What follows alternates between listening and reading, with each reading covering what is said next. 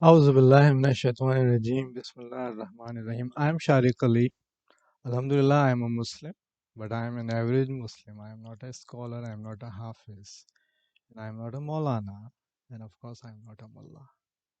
But Alhamdulillah, I am able to give due respect to the Quran by trying my best to try to understand it and try to reflect on its meaning and try to appreciate the message what Allah subhanahu wa ta'ala sent to us through our last prophet Muhammad sallallahu alaihi wasallam. And the most important aspect is trying to understand the nature of Allah subhanahu wa ta'ala. Of course, we all read Quran Pak in Arabic. That's how we are developed throughout our childhood and as we grow. And perhaps all our life we keep on reading Quran Pak generally in Arabic. But it's a very small percentage of ours, of Muslims, who actually try to appreciate and understand the Quran and the meaning of Quran by going through the translations. And that's the reason why I am just doing this video and this channel, because I want to send this message across that being a Muslim, being a practicing Muslim is not a profession. And being a basic average good practicing Muslim doesn't require to go to a scholar or to go to Maulana or even to get formal training in an Islamic school. The first and the most important step is to read Quran Pak in the language we are most comfortable with. Now, some people will say, but translations may not be reliable. Well, to be honest, that's the satanic thought, because the fact of the matter is Quran Pak is not only available in all languages of the world, but every translation in any language is generally certified and authenticated, even by native Arab reputable organizations as well as Islamic scholars, Arab scholars. And even if we disregard this argument, just for discussion's sake, even if we assume that translation may not be 100% reliable, so what? Even if it's 1, 2, maybe it may not be 1, 2, or 5% or 10% not reliable. What about the 90 or 95% which is reliable?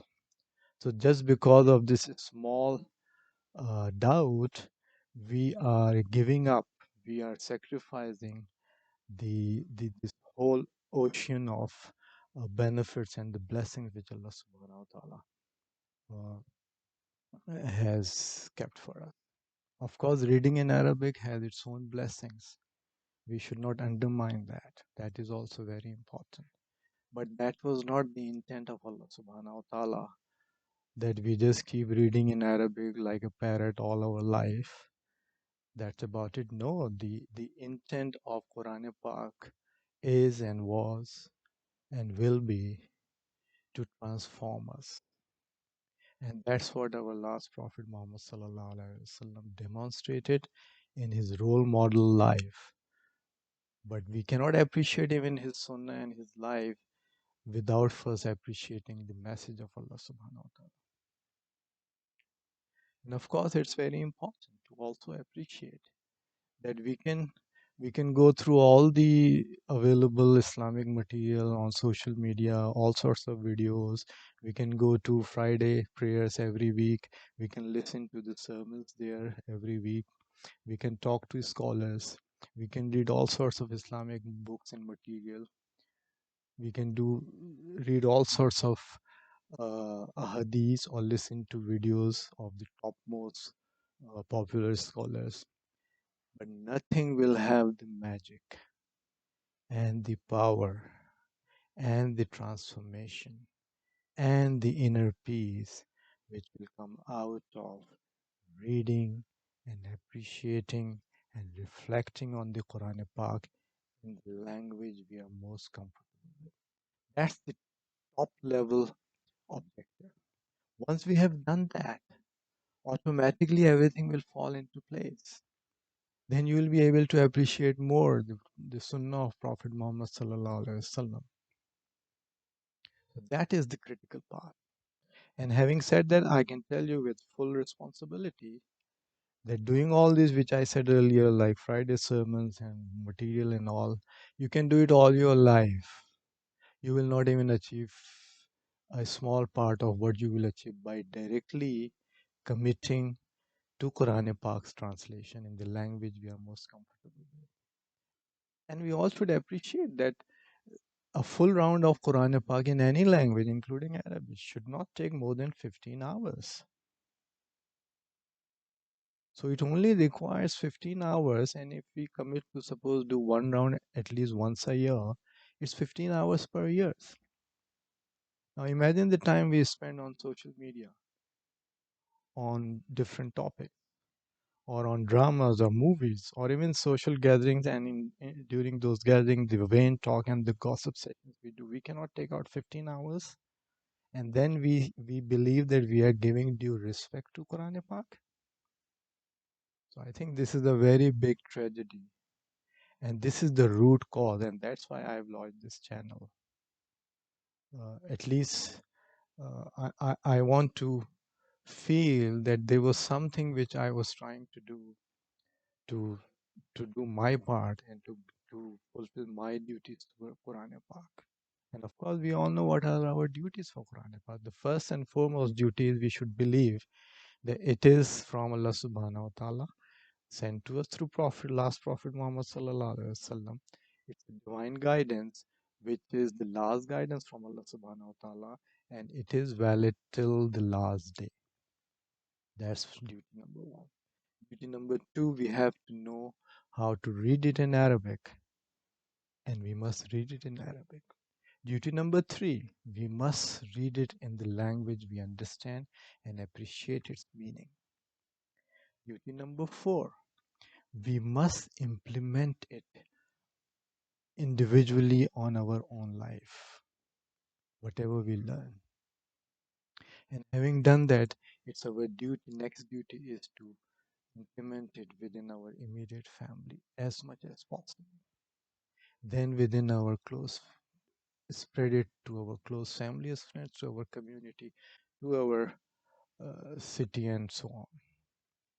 So although this is not even a drop in ocean effort, but even if perhaps smaller than that, but this channel, I believe,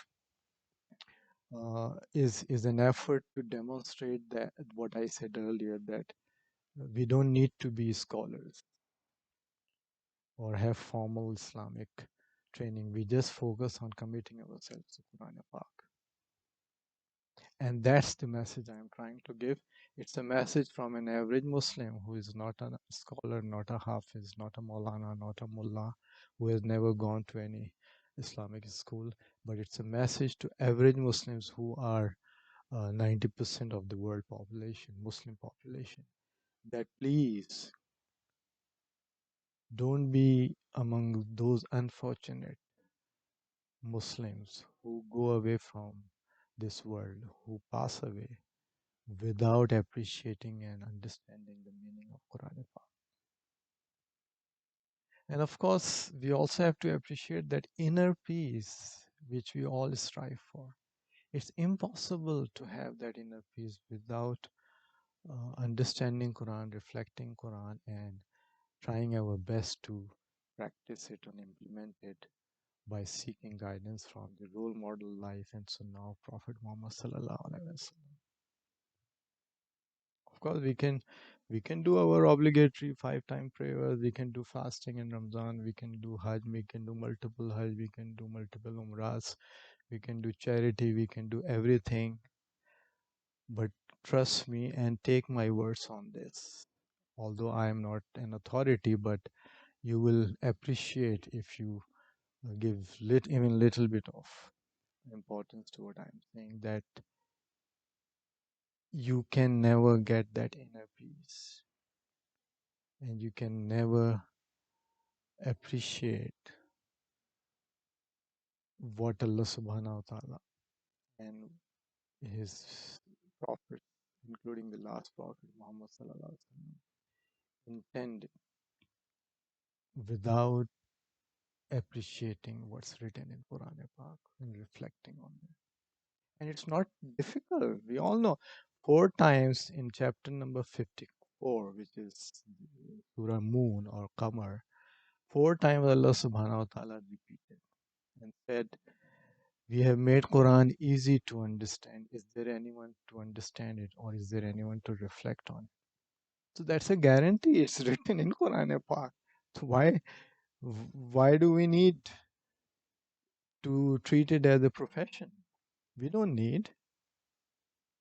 And of course, we all know Quran has its own levels. It's like an ocean, like a river. You on top, you get easy fish, but as you go deeper, you get more and more and more and more treasures. Similarly, it's Quran and Pak. But for an average Muslim to live a pure uh, life which will be acceptable to Allah subhanahu wa ta'ala for the life hereafter, which will please Allah subhanahu wa ta'ala, that basic knowledge is enough. We don't have to be an expert. So that's the reason why I'm trying to do all these videos and all. And of course, my videos, this is probably would be the longest video because this is introduction, but, or you can call it preface to this whole channel. But after this, I'll try to keep my videos uh, within 5 minutes, less than 5 minutes, so it becomes more practical for anyone who is interested in my videos to practically attend to these videos. And of course, we cannot be penny wise and pound foolish. So my focus first will be to pick those verses from Quran and Pak in a totally random order, which directly relate to and can help us appreciate the top challenges of Muslims today at individual level, community level, Muslim Ummah level, and then the interfaith challenges which we are facing. Once we are done with those videos, then we can go to the next level as to more granular aspects. But I never intend to talk about things like where should we put our hands while praying, or should we cover should our pajamas or pants cover ankles or not. That's a total uh, kind of at this stage when when the Muslims at all levels are in a dire state, in a shameful state, we don't talk and attend to bigger things and talk about these things. It just doesn't make sense.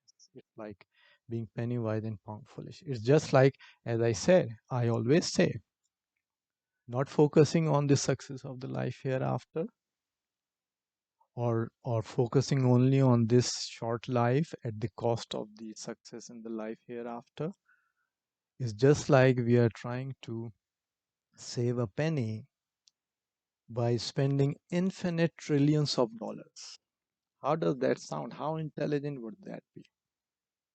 I leave it to you to figure it out and conclude. And last but not least, and perhaps this part I will repeat in at the end of every video which I will do, that whether we are beggars or billionaires or anyone in between, if our focus is not on the permanent infinite life hereafter, we are the most dumb and the biggest failure. And of course, inshallah, my videos will be straight to the point with no sugar coating, and perhaps at times are mostly difficult to digest. But that's, I believe, is what's intended.